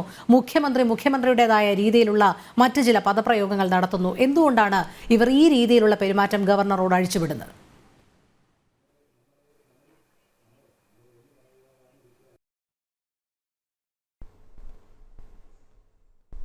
നോക്കൂ, ഇപ്പോൾ SFI-ക്കാർ ഗവർണർക്കെതിരെ നടത്തുന്നത് ചാൻസലർ എന്നുള്ള രീതിയിൽ ഗവർണർ നടത്തിയ അദ്ദേഹത്തിൻ്റെ അധികാരത്തിലുള്ള നടപടികൾ എടുത്തതിൻ്റെ പേരിലാണ് അദ്ദേഹം നടത്തിക്കൊണ്ടിരിക്കുന്നത്. അങ്ങനെ അദ്ദേഹം എടുക്കാൻ കഴിഞ്ഞത് അദ്ദേഹം കേരളത്തിലെ സർവകലാശാലയുടെ, സംസ്ഥാന സർവകലാശാലയുടെ അധിപൻ എന്നുള്ള നിലയ്ക്ക് ചാൻസലർ എന്ന പ്രവൃത്തി നടത്തുന്നതുകൊണ്ടാണ്. ഒന്നാം പിണറായി സർക്കാരിൻ്റെ കാലത്ത് ഈ സർവകലാശാലയിൽ നടക്കുന്നത് രാഷ്ട്രീയമായി ഉള്ള നിയമനങ്ങളാണ്. അതൊരിക്കലും നീതീകരിക്കാൻ കഴിയുന്ന നിയമനമല്ല. പാർട്ടിക്കാർക്ക് അവിഹിതമായ നിയമനങ്ങളും അതുപോലെ അഴിമതിയും അവിടെ നടക്കുന്നു എന്ന് കൃത്യമായി മുഖ്യമന്ത്രിക്ക് ഒരു തവണയല്ല നിരവധി തവണ കത്തെഴുതിയ വ്യക്തിയാണ് ആരിഫ് മുഹമ്മദ് ഖാൻ. ഒടുവിൽ അവസാനം അദ്ദേഹം പറഞ്ഞു, ഞാൻ ഈ ചാൻസലർ എന്ന പദവി ഞാൻ ഉപയോഗിക്കാൻ ആഗ്രഹിക്കുന്നില്ല. അതുകൊണ്ട് ചാൻസലർ എന്ന നിലയ്ക്ക് എനിക്ക് തന്നിരിക്കുന്ന മുഴുവൻ ഫയലുകളും അങ്ങേക്ക് ഞാൻ തിരികെ അയക്കുന്നു. അങ്ങ് നിർദ്ദേശിക്കുന്ന, ഗവൺമെൻറ് നിർദ്ദേശിക്കുന്ന ആരെ വേണമെങ്കിലും ചാൻസലർ ആയിക്കോളൂ, എനിക്ക് വിരോധമില്ല എന്ന് പറഞ്ഞ് മുഴുവൻ ഫയലുകളും മുഖ്യമന്ത്രിയുടെ ഓഫീസിലേക്ക് ചാൻസലർ എന്നുള്ള നിലയ്ക്കുള്ള അദ്ദേഹത്തിൻ്റെ മുഴുവൻ ഫയലുകളും അയച്ച് 6 മാസക്കാലം അദ്ദേഹം ഒരു ഫയലിലും ഒപ്പിടാതെ അദ്ദേഹം നിന്നു. എന്താ സംഭവിച്ചത്? അന്നത്തെ മന്ത്രിയായ AK ബാലൻ ഉൾപ്പെടെയുള്ള ആളുകൾ മുഖ്യമന്ത്രി നിർദ്ദേശപ്രകാരം കേക്കുമായി പോയി അദ്ദേഹത്തിൻ്റെ കാല് പിടിച്ച് അദ്ദേഹത്തിനോട് വിനയപുരസരം സർവ്വ അപരാധങ്ങളും പൊറുക്കണമെന്ന് മാപ്പ് പറഞ്ഞ് കേരളത്തിലെ മുഖ്യമന്ത്രി തന്നെ നേരിട്ട് പോയി അദ്ദേഹത്തോട് അഭ്യർത്ഥിച്ചാണ് അങ്ങ് നിൽക്കണം കേരളത്തിലെ സർവകലാശാല എന്ന്. ഞാൻ ഒരു കാര്യം ചോദിക്കാം, ഇതേപോലെ ഗവർണർ ഇടപെട്ട തമിഴ്നാട്ടിൽ എന്താണ് സംഭവിച്ചത്? സ്റ്റാലിൻ എന്ത് ചെയ്തു? അവിടെ ഗവർണറെ ചാൻസലർ സ്ഥലത്തു നിന്നും മാറ്റി പകരം വിദ്യാഭ്യാസ വിദഗ്ധരെയും മറ്റ് മന്ത്രിമാരെയും വെച്ച് അവിടെ സർവകലാശാല മുന്നോട്ട് കൊണ്ടുപോകാൻ തയ്യാറായി. അത് അവിടുത്തെ ഗവർണർ ആവശ്യപ്പെട്ടിട്ടില്ല. ഗവൺമെൻറ് തന്നെ നിയമസഭയിൽ അങ്ങനെ ഒരു നിയമം കൊണ്ടുവന്ന് ആ നിയമത്തിൻ്റെ അടിസ്ഥാനത്തിൽ നിയമിക്കാനുള്ള തീരുമാനമെടുത്തു. കർണാടകത്തിൽ എന്താ സംഭവിച്ചത്? കർണാടകത്തിലും ഇതേപോലെ തന്നെ ശക്തമായ നിലപാടുകൾ കോൺഗ്രസ് ഗവൺമെൻറ് നേതൃത്വത്തിൽ മുന്നോട്ട് പോകാൻ തയ്യാറായി. എന്തുകൊണ്ട് കേരളത്തിലെ ഇപ്പോൾ ഇരട്ടച്ചങ്ങനായി മുഖ്യമന്ത്രിയെ ചാൻസലർ എന്ന നിലയ്ക്ക് ഗവർണർ രാഷ്ട്രീയം കളിക്കുന്നു, അതുകൊണ്ട് അദ്ദേഹത്തെ മാറ്റാൻ ഞങ്ങൾ സർക്കാരിൽ ഇടപെടും, സുപ്രീം കോടതിയിൽ ഇടപെടും എന്നൊക്കെ പറയുന്ന കേരളത്തിലെ മുഖ്യമന്ത്രിയും മന്ത്രിമാരും SFI പടയുടെ നേതാക്കന്മാരും എന്തേ ഇപ്പോൾ ഇങ്ങനെ ഒരു വീണ്ടും വിചാരമുണ്ടായത്? അപ്പോൾ അന്ന് ഞങ്ങൾ കേരളത്തിലെ നിയമസഭയിൽ പ്രതിപക്ഷം കൊണ്ടുവന്നു ഗവർണർക്കെതിരായി അദ്ദേഹം സംഘപരിവാറുകൾക്ക് വേണ്ടി പ്രവർത്തിക്കുന്ന രീതി ശരിയല്ല, അതുകൊണ്ട് അദ്ദേഹത്തിനെതിരെ നടപടി സ്വീകരിക്കണമെന്ന് പറഞ്ഞുകൊണ്ട് ഞങ്ങൾ ഒരു അടിയന്തര പ്രമേയം കൊണ്ടുവന്നു. ആ അടിയന്തര പ്രമേയം ഇന്നത്തെ മുഖ്യമന്ത്രിയുടെ ഭാഷയും ഇന്നത്തെ ആർഷോ എന്ന് പറയുന്ന കവലച്ചട്ടമ്പിയായ SFIയുടെ നേതാവ് ഉൾപ്പെടെയുള്ള ആളുകളുടെ പാർട്ടിയുടെ പ്രേരണ കൊണ്ട് അവരുടെ MLA-മാരും മന്ത്രിസഭയും തീരുമാനിച്ച് ഞങ്ങളുടെ അടിയന്തര പ്രമേയം തള്ളി മുന്നോട്ട് കൊണ്ടുപോയി. എന്തിനായിരുന്നു അന്ന് നിങ്ങൾ പറഞ്ഞത്? ഗവർണർ എല്ലാം ശരി, ഗവർണർ ചാൻസലർ എന്ന നിലയ്ക്ക് ഗവർണർ ഇരിക്കണം. അതുകൊണ്ടാണല്ലോ കേരളത്തിലെ മുഖ്യമന്ത്രിയുടെ സ്വന്തം ജില്ലയാണ്. അതുകൊണ്ട് എനിക്കിഷ്ടപ്പെട്ട എൻ്റെ പേഴ്സണൽ സ്റ്റാഫിൻ്റെ ഭാര്യയ്ക്ക് അവിഹിതമായ നിയമനം കൊടുത്തതിന് ഉപകാര സ്മരണ എന്ന നിലയ്ക്ക്, അതുപോലെ തന്നെ സവർക്കറുടെ പാഠപുസ്തകങ്ങൾ അവിടെ പഠിപ്പിക്കാൻ ഏൽപ്പിച്ച ഒരു ചാൻസലർ എന്ന നിലയ്ക്ക് ഗോപിനാഥിനെ അവിഹിതമായി ചട്ടവിരുദ്ധമായി അദ്ദേഹത്തെ വീണ്ടും പുനർനിയമനം കൊടുക്കണമെന്ന് മുഖ്യമന്ത്രി ആവശ്യപ്പെട്ടതും ഗവർണർ അത് സ്വീകരിച്ച് നിയമനം നടത്തിയതും അന്നും ഞങ്ങൾ പറഞ്ഞു നിയമനം തെറ്റാണ്. മുഖ്യമന്ത്രി ആവശ്യപ്പെട്ടതും ഉന്നത വിദ്യാഭ്യാസ മന്ത്രിക്ക് കത്തയച്ചതും അതുപോലെ തന്നെ ഗവർണർ അതിൽ ആക്ട് ചെയ്തതും തെറ്റാണെന്ന് ഞങ്ങൾ പറഞ്ഞു.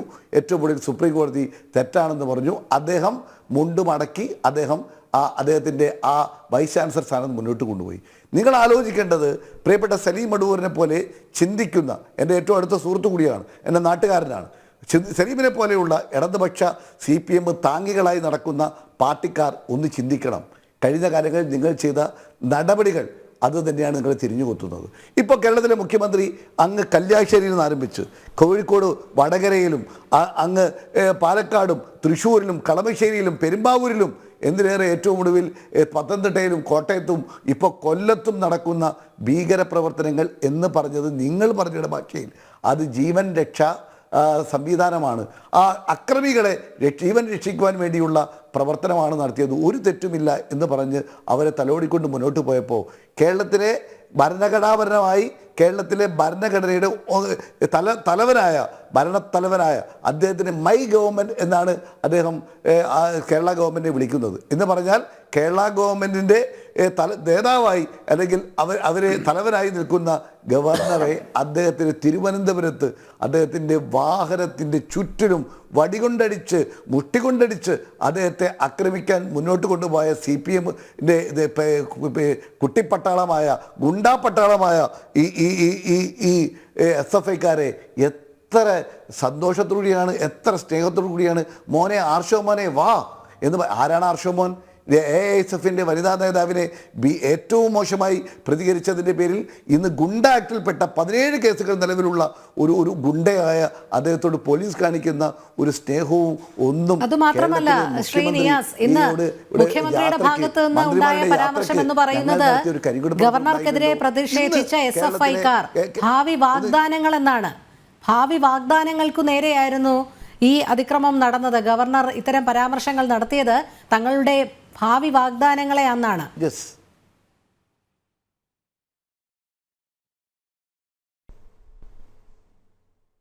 ഈ ഭാവി വാഗ്ദാനങ്ങളാണ് ഇത്തരത്തിൽ. ഒരു കാര്യം രോഹിണി ഞാൻ പറയട്ടെ, ഇവിടെ കേരളത്തിലെ ഗവർണറെ ആക്രമിച്ചത് ഒരു പ്രതിഷേധത്തിന്റെ ഭാഗമാണെന്നാണ് കേരളത്തിലെ മുഖ്യമന്ത്രി പറഞ്ഞത്.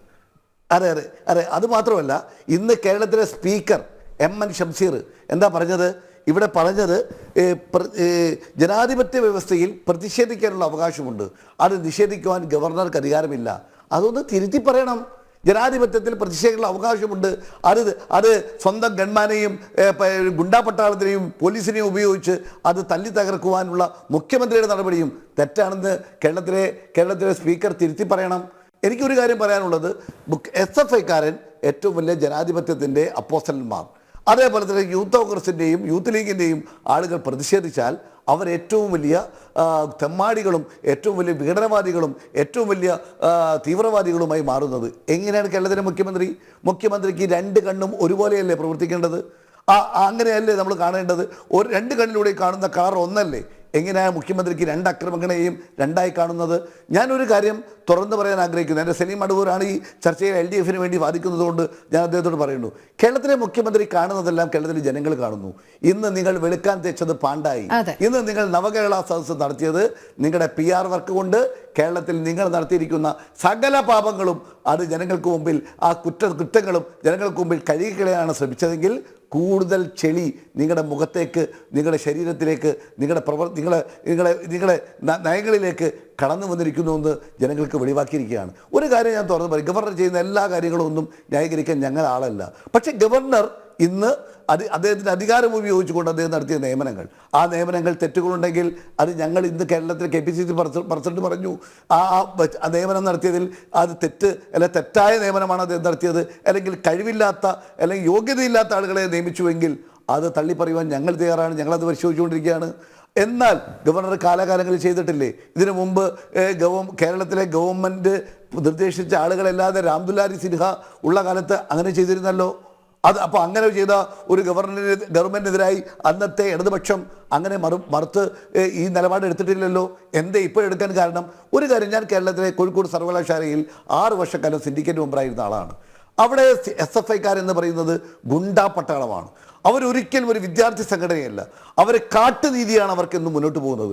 അവിടെ ഒരു രാഷ്ട്രീയ ASF ഉൾപ്പെടെയുള്ള ഒരു സംഘടനയ്ക്കും അവിടെ പ്രവർത്തിക്കാൻ കഴിയാതെ ഗുണ്ടകളായി, ഏറ്റവും വലിയ ലഹരി മാഫിയയുടെ ആളുകളായി, ഏറ്റവും വലിയ മ്ലേച്ഛമായി അവിടെ എല്ലാ തരത്തിലും പെൺകുട്ടികളോടക്കം മോശമായി പെരുമാറുന്ന തനി കണ്ടാഗ്രസുകളായി വളർന്നുകൊണ്ടിരിക്കുന്ന ഒരു യുവതയെ അതുകൊണ്ടാണല്ലോ എഴുതാത്ത പരീക്ഷയ്ക്ക് ജയിക്കുന്നതും തെരഞ്ഞെടുപ്പിൽ ആ ദിവസം ഇല്ലാതിരുന്ന നേതാവ് ആയി തെരഞ്ഞെടുക്കപ്പെടുന്നതും ഒക്കെ നമ്മൾ കാണുന്ന കാഴ്ച. SFIയെ നിരോധിക്കുവാനുള്ള നടപടിയാണ് ഇപ്പോൾ വേണ്ടത്.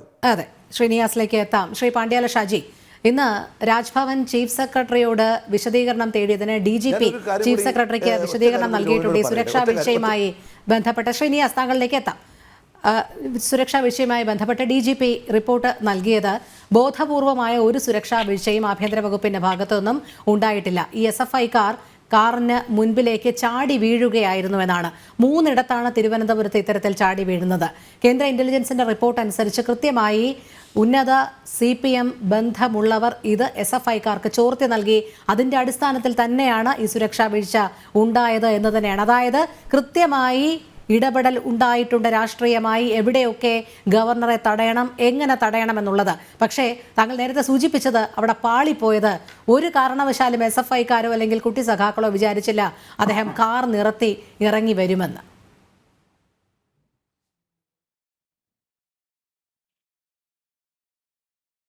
അതിനകത്തൊരു വിഷയം, ഈ ജാഥ സമ്പൂർണമായ പരാജയത്തിലേക്ക് നീങ്ങുന്നുവെന്ന് അതിൻ്റെ ഉദ്ഘാടന സന്ദർഭം തൊട്ട് തന്നെ മുഖ്യമന്ത്രിക്കും പരിവാരങ്ങൾക്കും ബോധ്യമായതാണ്.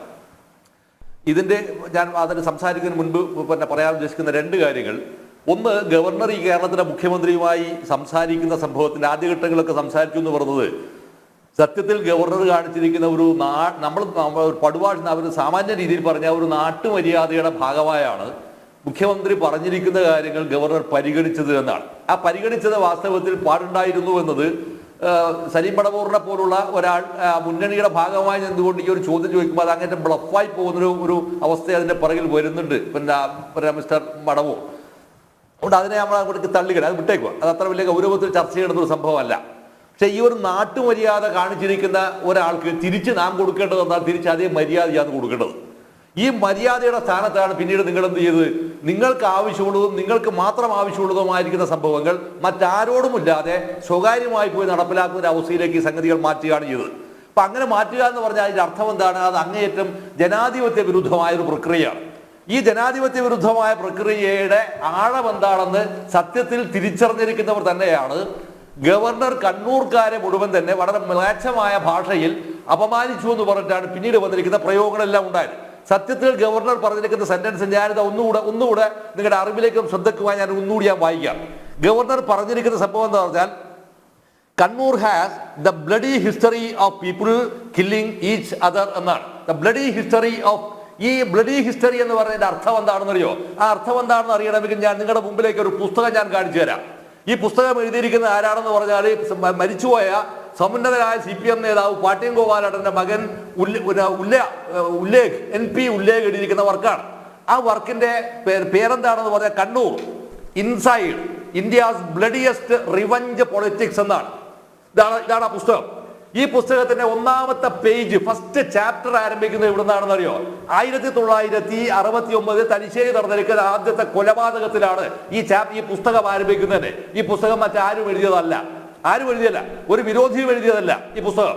നമ്മൾ അറിയേണ്ട ഒരു വസ്തുത എന്താണെന്ന്, ഈ ഒരു ബ്ലഡി എന്ന് പറയുന്ന ഒരു പ്രയോഗം പോലും അതിന്റെ അർത്ഥം എന്താണെന്ന് പോലും തിരിച്ചറിയാൻ പറ്റാതിരിക്കുന്ന വിദ്യാഭ്യാർത്ഥി സംഘടനയുടെ നേതാക്കന്മാരും പാർട്ടി നേതാക്കന്മാരും ഉണ്ടായിത്തീരുമ്പോൾ ഫലത്തിൽ സംഭവിക്കുന്ന ദുരന്തം എന്താണെന്നറിയോ?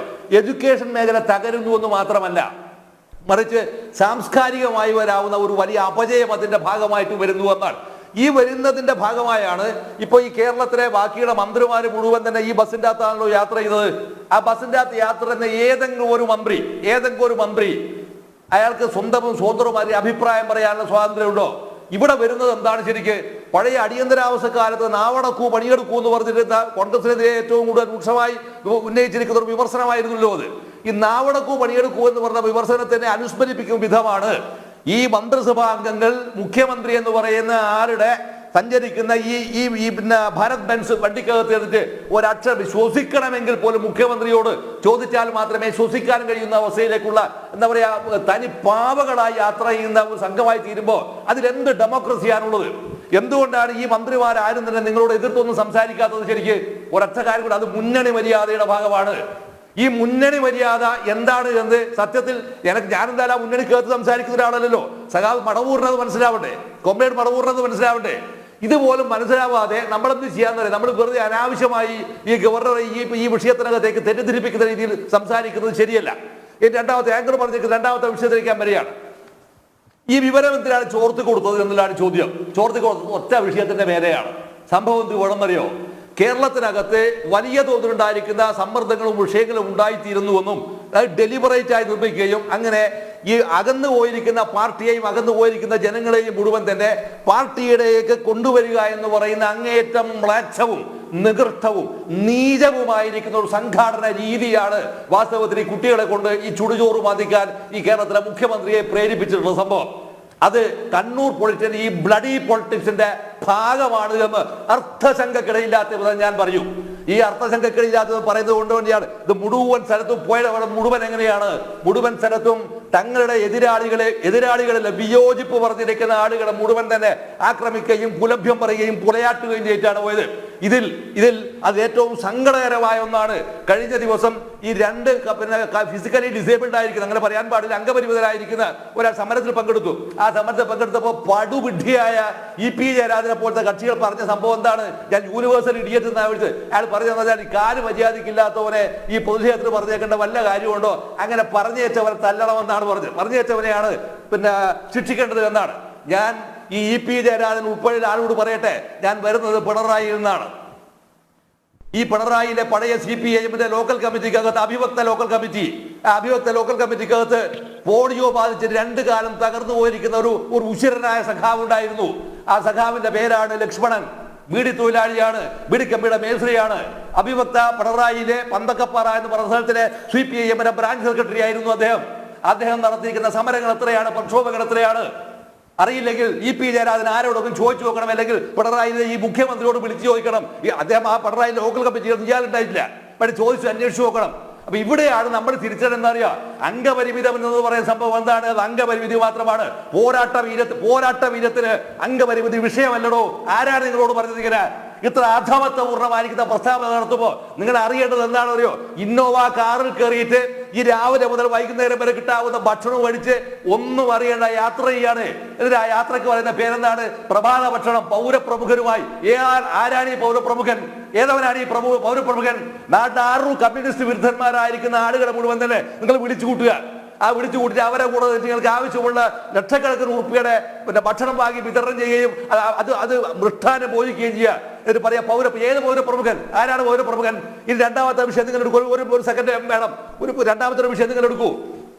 പെർളശ്ശേരി AKG ഹൈസ്കൂളിനകത്ത് നിന്ന് പഴയ AKG ഹൈസ്കൂൾ, ഇപ്പോഴത്തെ AKG ഹയർ സെക്കൻഡറി സ്കൂൾ, പഴയ ഗവൺമെന്റ് ഹൈസ്കൂൾ, ആ പെർളശ്ശേരി ഹൈസ്കൂളിലാണ് ഞാൻ മുമ്പൊരു തവണ വേറൊരു ചാനൽ ഞാൻ പറഞ്ഞതാണ് 3 ടീച്ചർമാർ ഉൾപ്പെടെ 6 അധ്യാപകരെ ഈ കേരളത്തിലെ മുഖ്യമന്ത്രി പൂട്ടിയിട്ടത്, അന്ന് പഠിക്കുന്ന കാലത്ത് പൂട്ടിയിട്ടത്.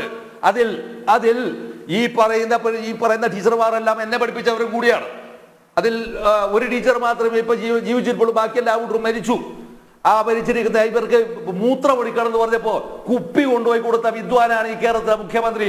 എത്ര ആധമനും ഇത്ര മ്ലേച്ഛനും ഇത്ര ആഭാസനുമായിരിക്കുന്ന ഒരാൾക്ക് എങ്ങനെയാണോ ഈ കേരളത്തിലെ ഏറ്റവും ബഹുമാനപ്പെട്ട മുഖ്യമന്ത്രിയും ബഹുമാന്യനുമായി തീരുന്നത്? ഇത്ര ജനാധിപത്യ വിരുദ്ധമായ സംഭവത്തിന്റെ ഏറ്റവും വ്യക്തമായ ഒരു ഉദാഹരണമാണ് ഈ ആർഷോ എന്ന് പറഞ്ഞ SFIയുടെ ഇപ്പോഴത്തെ സംസ്ഥാന സെക്രട്ടറി. അവൻ മറ്റൊരു സംഘടനക്കകത്ത പെൺകുട്ടിയോട് പറഞ്ഞ എന്താ, തന്തയില്ലാത്ത കുട്ടിയെ നിനക്ക് ഞാൻ തരുമെന്നാണ് പറഞ്ഞത്. എന്നിട്ട് ആ വഷളനെ ഈ കേരളത്തിലെ SFI എന്ന് പറയുന്ന സംഘടനയുടെ സംസ്ഥാന സെക്രട്ടറി ആക്കി ഇരുത്താൻ ലജ്ജയുണ്ടോ? അവനാണ് ആർക്കെതിരെ സമരത്തിന് വന്നത്? ഈ പറയുന്ന ഗവർണർക്കെതിരെ സമരത്തിന് വന്ന് എന്താ മുദ്രാവാക്യം പിടിച്ച് ഇവിടെ ഒരു പൊളിറ്റിക്കൽ സ്ലോഗൻ വിളിക്കാൻ പഠിക്കും. ഒരു പൊളിറ്റിക്കൽ സ്ലോഗൻ അതെങ്കിൽ വിളിക്കാൻ പഠിക്കും. ഈ പൊളിറ്റിക്കൽ സ്ലോഗൻ വിളിക്കാൻ നിങ്ങൾക്ക് സാധ്യമാവാതെ പോകുന്നത് ഒറ്റ കാരണം കൊണ്ടാണ്, നിങ്ങൾക്ക് പൊളിറ്റിക്സ് ഇല്ല. അതുകൊണ്ടാണ് ഒന്നുകിൽ നിങ്ങൾക്കുണ്ടാവണം, അല്ലെങ്കിൽ നിങ്ങൾ നയിക്കുന്ന പാർട്ടിയുടെ നേതാക്കന്മാർക്കുണ്ടാവണം. ഒരാൾക്കും ഇല്ലാതായി കഴിഞ്ഞാൽ വായിക്ക് തോന്നി പോതൊക്കെ പാട്ടത്ത് വിളിക്കുകയും അത് തെറിയഭിഷേകം മാത്രമായി മാറുന്ന ഇവിടെയാണ് സാധാരണ പറയുന്ന സാധനമുണ്ട്. രാഷ്ട്രീയം സർഗാത്മകമാകുമ്പോൾ മുദ്രാവാക്യം കലയാവുന്നു. MGCR അങ്ങനെയാണ്, ഇടതുപക്ഷക്കാർ അങ്ങനെയാണ് പറയാ. രാഷ്ട്രീയം സർഗാത്മകമാകുമ്പോൾ മുദ്രാവാക്യം കലയാവുന്നു. ഇവിടെ രാഷ്ട്രീയം സർഗാത്മകമല്ലാത്തത് കൊണ്ട് തന്നെ അത് ഭരണിപ്പാട്ടിനെ പോലെ ലജ്ജിപ്പിക്കുന്ന തെറിപ്പാട്ടുകൾ മാത്രമായി അധപ്പതിച്ചിട്ട് ഈ കേരളത്തിലെ SFI എന്ന് പറയുന്ന സംഘടന, ഞാൻ അതിന്റെ ഉശിരാറുന്ന പ്രവർത്തകനായിരുന്നു. ഞാൻ അതിനകത്ത് അത്രയേറെ വീര്യത്തോടുകൂടി സംസാരിക്കുന്നത് കൊണ്ടാണ്.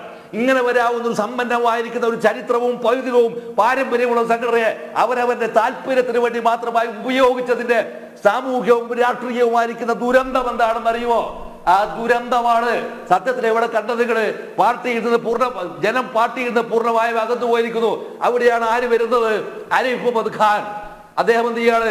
ഈ തെരുവിലൂടെ നടക്കുകയാണ്. ഈ തെരുവിലൂടെ നടക്കുമ്പോൾ സത്യത്തിൽ കേരളത്തിലെ മുഖ്യമന്ത്രി ലജ്ജ കണ്ടേ? 5 മിനിറ്റ് നേരം പ്രതിഷേധക്കാരുമൊക്കെ ലജ്ജിക്കുന്ന കാഴ്ച തന്നെയാണ് ശ്രീ പാണ്ഡ്യാല സാജി കഴിഞ്ഞ ദിവസം നമ്മൾ കണ്ടത്. താങ്കൾ പറഞ്ഞതുപോലെ മുദ്രാവാക്യങ്ങൾ വിഡ്ഢിത്തരവും ശക്തിയില്ലാത്തതും ആകുന്നത് അതിൽ രാഷ്ട്രീയ ഇച്ഛാശക്തിയും രാഷ്ട്രീയ മൂല്യമൊന്നും ഇല്ലാത്തത് കൊണ്ട് തന്നെ. അതുകൊണ്ടാണ് ഈ തെറി അഭിഷേകം ഉൾക്കൊള്ളുന്ന ബാനറുകൾ ഇങ്ങനെ എല്ലാ കോളേജുകളിലും ഇവർ നിരത്താൻ സന്നദ്ധരാകുന്നതും. അതുമാത്രമല്ല, യുവജന കമ്മീഷന്റെ ചിന്താ ജെറോമിന്റെ വാക്കുകൾ കടമെടുക്കുകയാണെങ്കിൽ താങ്കൾ പറഞ്ഞതുപോലെ രാഷ്ട്രീയം സർഗാത്മകതയാകുമ്പോൾ പൊതിച്ചോർ രാഷ്ട്രീയമാകുന്നു ക്യാമ്പസുകളിൽ എന്നുള്ളതും കൂടി എടുത്തു പറയേണ്ടതാണ്. തിരികെ എത്താം ചർച്ചയിലേക്ക് ഒരു ഇടവേളയ്ക്ക് ശേഷം.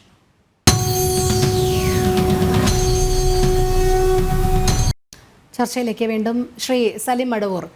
ഗവർണർ ആരിഫ് മുഹമ്മദ് ഖാൻ ഗവർണർ എന്നുള്ള രീതിയിലും ചാൻസലർ എന്നുള്ള രീതിയിലും എത്രത്തോളം സ്വീകാര്യനായി കഴിഞ്ഞു എന്നുള്ളതിൻ്റെ ഉത്തമ ഉദാഹരണമായി കഴിഞ്ഞ ദിവസം മാറുകയാണ്. ഇനിയെങ്കിലും സർക്കാരിന്, LDFന്, SFIക്ക് ഒക്കെ ഒരു പുനർവിചിന്തനം നടത്തിക്കൂടെ? ഇത്തരം ഈ തെരുവുകളിലെ പ്രതിഷേധങ്ങൾ അവസാനിപ്പിച്ചുകൊണ്ട് തുറന്ന സംവാദത്തിന് അല്ലെങ്കിൽ ഒരു സമവായത്തിന് ഒക്കെ തയ്യാറാകാൻ, തുറന്ന ചർച്ചയ്ക്ക് എന്തുകൊണ്ട് ഇപ്പോഴും CPM ഭയക്കുന്നു? ഇവിടെ ഗവർണറുടെ ജോലിയാണ് ചെയ്യുന്നത്. ഇപ്പൊ നേരത്തെ രാംദുലാരി സിംഗ് കേരളത്തിന്റെ ഗവർണറായിരുന്ന സമയത്ത് അവര് നേരിട്ട്, അതായത് കാലിക്കറ്റ് യൂണിവേഴ്സിറ്റിയിൽ ഏതാണ്ട് 14 ആളുകളെ സെനറ്റിലേക്ക് സ്വന്തം നിലക്ക് നിയമിച്ചിരുന്നു. അപ്പൊ അന്ന് അത് പാർലമെന്റിൽ ഉന്നയിച്ചപ്പോ അരങ്ങിൽ ശ്രീധരൻ, പ്രമുഖ സോഷ്യലിസ്റ്റ് ജനതാ പാർട്ടിയുടെ നേതാവായിരുന്ന ശ്രീ അരങ്ങിൽ ശ്രീധരൻ, അദ്ദേഹം പാർലമെന്റിൽ ഉന്നയിച്ചു. പാർലമെന്റിൽ അദ്ദേഹം പറഞ്ഞു ഈ 14 പേരെ നിയമിച്ചതിനെ കുറിച്ച് അതിശക്തമായിട്ട് പ്രതിഷേധം ഉന്നയിച്ച സമയത്ത് അത് പറയാൻ പറ്റില്ല, അത് ഇവിടെ പറയേണ്ട എന്ന് പറഞ്ഞ സമയത്ത് അദ്ദേഹത്തിന് വീണ്ടും അന്നത്തെ വൈസ് ചെയർമാൻ ആയിരിക്കുന്ന ആനന്ദ് ശർമ്മ അവിടെ ഉന്നയിക്കാൻ അനുവദിച്ചില്ല. ഗവർണർക്കെതിരെയുള്ള ഒരു ചർച്ച ഇവിടെ പറ്റില്ല എന്ന് പറഞ്ഞു. അപ്പോൾ ശ്രീ അരവിന്ദ് ശ്രീധരൻ അത് വീണ്ടും കാര്യങ്ങൾ ഒന്നുകൂടെ വിശദീകരിച്ചപ്പോ അതിൽ ഇടപെട്ടുകൊണ്ട് സാക്ഷാൽ അടൽ ബിഹാരി വാജ്പേയി പറഞ്ഞത്, my friend mister Sreedharan is discussing not the conduct of the governor, but the conduct of the chancellor. That can be discussed. അതായത് ഇതൊരു ഗൗരവമുള്ള പ്രശ്നമാണ്. മിസ്റ്റർ അരവിന്ദ് ശ്രീധരൻ പാർലമെന്റിൽ ഉന്നയിച്ചിരിക്കുന്ന ചാൻസലർ എന്നുള്ള നിലയ്ക്ക് ഗവർണർ നിയമവിരുദ്ധമായി പ്രവർത്തിച്ചിരിക്കുന്നു.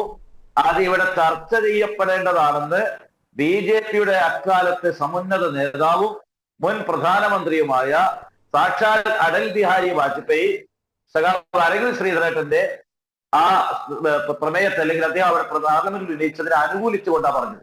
എന്ന് വെച്ചാൽ ചാൻസലർക്ക് തോന്നിയതുപോലെ സെനറ്റ് മെമ്പർമാരെ നിയമിക്കാനുള്ള, അത് കോൺഗ്രസ് ഗവൺമെന്റ്. അപ്പോ ഇവിടെ കേന്ദ്രത്തില് ഇവിടെ നായനാരുടെ ഗവൺമെന്റ്, അന്ന് വിദ്യാഭ്യാസ മന്ത്രി ശ്രീ K ചന്ദ്രശേഖരൻ.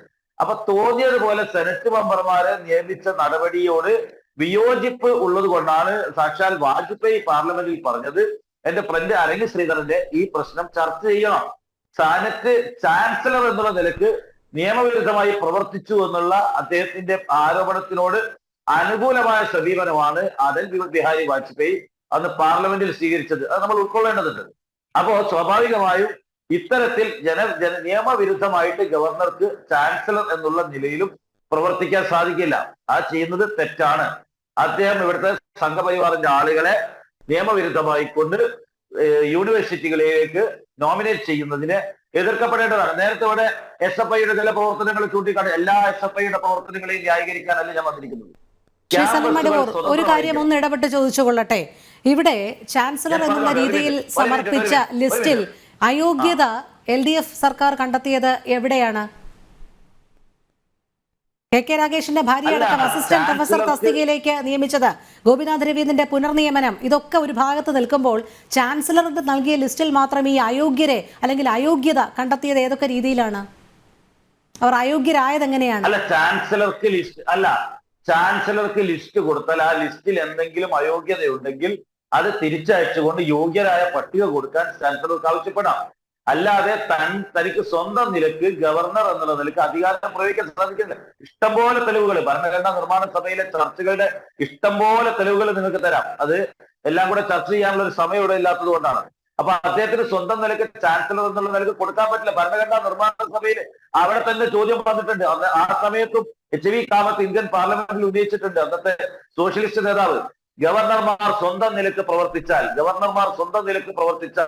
എന്ത് ചെയ്യും എന്ന് ചോദിച്ചപ്പോ അന്ന് പാർലമെന്റിൽ ദേശ്മുഖ് എന്ന് പറയുന്ന കോൺഗ്രസിന്റെ നേതാവ്, പരിണിത പ്രജ്ഞനായ കോൺഗ്രസിന്റെ നേതാവ് ദേശ്മുഖ് പാർലമെന്റിൽ പറഞ്ഞത് അത് ഗവർണർമാരുടെ the wisdom of the governor and the wisdom of the government. അപ്പൊ വാചകം കൃത്യമായിട്ട് പറഞ്ഞാല്, അപ്പൊ ആ ചർച്ചയിൽ വന്നിരിക്കുന്ന വാചകം കൃത്യമായിട്ട് പറഞ്ഞാല് ആ രണ്ടുപേരുടെയും വിസ്ഡം, അതായത് ഒന്ന് നിയമിക്കപ്പെട്ട ഗവർണർ, രണ്ട് അവരെ നിയമിക്കുന്ന കേന്ദ്ര ഗവൺമെന്റിന്റെ വിസ്ഡം, പ്രസിഡന്റ് വിസ്ഡം, ഇത് രണ്ടും മാന്യമായി പ്രവർത്തിച്ചുകൊണ്ട് ഈ കാര്യത്തിൽ ഒരു പരിഹാരം ഉണ്ടാവുന്ന പറഞ്ഞു. ഇവിടെ ഗവർണറും അദ്ദേഹത്തെ നിയമിക്കുന്ന കേന്ദ്ര ഗവൺമെന്റ് അദ്ദേഹത്തെ കൊണ്ട് കുട്ടിക്കൂരങ്ങനെ കൊണ്ട് ചുടുചോട് മാറ്റിക്കുന്നത് പോലെ ഇവിടെ സലിം മടവൂർ, താങ്കൾ ഈ കാണിച്ച ഉദാഹരണങ്ങളിലൊക്കെ ഇടപെടൽ ഏതു രീതിയിലായിരുന്നു എന്നുള്ളതും താങ്കൾ വ്യക്തമാക്കിയിരിക്കുകയാണ്.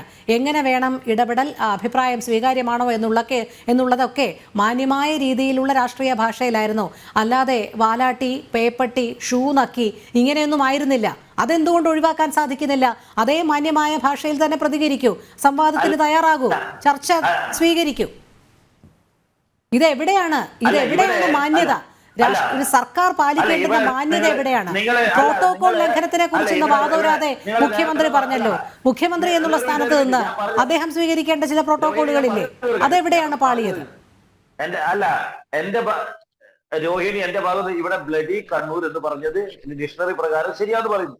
എങ്കിൽ നമുക്ക് എത്രയോ ആൾക്കൂട്ട കൊലപാതകങ്ങൾ നടന്ന, അല്ലെങ്കിൽ ആളുകളെ കൊന്നൊടുക്കിയിരിക്കുന്ന ഉത്തർപ്രദേശിനെ ബ്ലഡി ഉത്തർപ്രദേശ്, അതേപോലെ തന്നെ എത്രയോ ആൾക്കൂട്ട കൊലപാതകങ്ങൾ നടന്ന രാജസ്ഥാനെ, അതേപോലെ ഹരിയാനയെ, ഇതൊക്കെ ബ്ലഡി ഹരിയാന അങ്ങനെയാണോ വിളിക്കുന്നത്?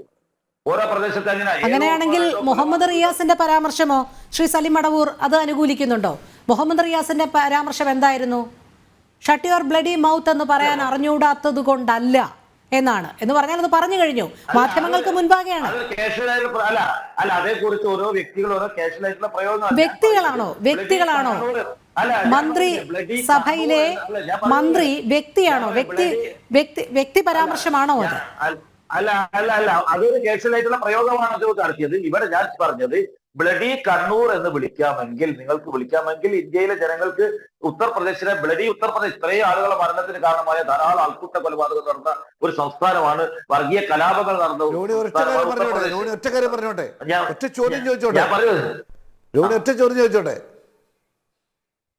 ചോദിക്കൂ. അതെ, സലീമ, ഞാൻ ചോദിച്ചത് ചാൻസലർ എന്ന നിലയ്ക്ക് അദ്ദേഹത്തിന്റെ പ്രവർത്തനം അങ്ങയുടെ ഗവൺമെന്റിനും മോശമാണെങ്കിൽ എന്തുകൊണ്ട് ചാൻസലർ സ്ഥാനത്ത് നിന്ന് മാറ്റി നിൽക്കണമെന്ന് അദ്ദേഹം ആവശ്യപ്പെട്ട് കത്തെഴുതിയപ്പോ അത് സ്വീകരിക്കാതെ വീണ്ടും അദ്ദേഹത്തിനോട് പഞ്ചപുച്ഛമടക്കി അദ്ദേഹത്തോട് താങ്കൾ സ്വീകരിക്കണം എന്ന് കാല് പിടിച്ച് പറഞ്ഞത് എന്തിന്? ആ തീരുമാനം തെറ്റാണെന്ന് ഇന്ന് പാർട്ടിയും SFIയും പറയുമോ? താങ്കളും പറയുമോ? അല്ല, ഞാൻ പറയട്ടെ, തുടക്കത്തില് ഒരു ഗവർണർ വരുന്നു, അദ്ദേഹം ആ തുടക്കത്തിൽ ചില കാര്യങ്ങളിൽ അഭിപ്രായ വ്യത്യാസം പ്രകടിപ്പിക്കുന്നു. ഈ കാര്യങ്ങളൊക്കെ തന്നെ ചർച്ച ചെയ്ത് മാന്യമായ ഒരു സമീപനം കേരള ഗവൺമെന്റ് ചെയ്തിട്ടു. സത്യമാണ്, ഒരു ഗവർണർ വന്നു, അത് തർക്കങ്ങൾ ഉണ്ടായി. ഉടനെ തന്നെ ആ ഗവർണറുമായി ഏറ്റുമുട്ടലിൽ നല്ല പോയത് പരമാവധി സംയമനം പാലിച്ചുകൊണ്ട് നല്ല രീതിയിൽ അന്ന് അദ്ദേഹം ഗവൺമെന്റിനെ മറികടന്നുകൊണ്ട് തീരുമാനമെടുത്തിട്ടില്ല. ഇപ്പോഴാണ് അദ്ദേഹം പറയുന്നത് ഞാൻ ഗവൺമെന്റിന്റെ തീരുമാനങ്ങൾക്ക് പലതും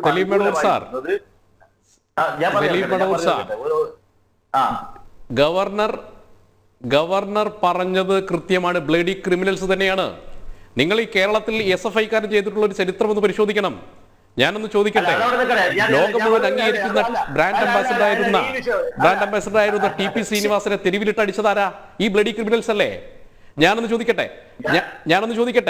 സരസ്വതി ടീച്ചറുടെ റിട്ടയർമെന്റ് ദിവസം അദ്ദേഹത്തിന് ശവമാടം ഒരുക്കിയതാരാ? ഈ ബ്ലഡി ക്രിമിനൽസ് അല്ലേ?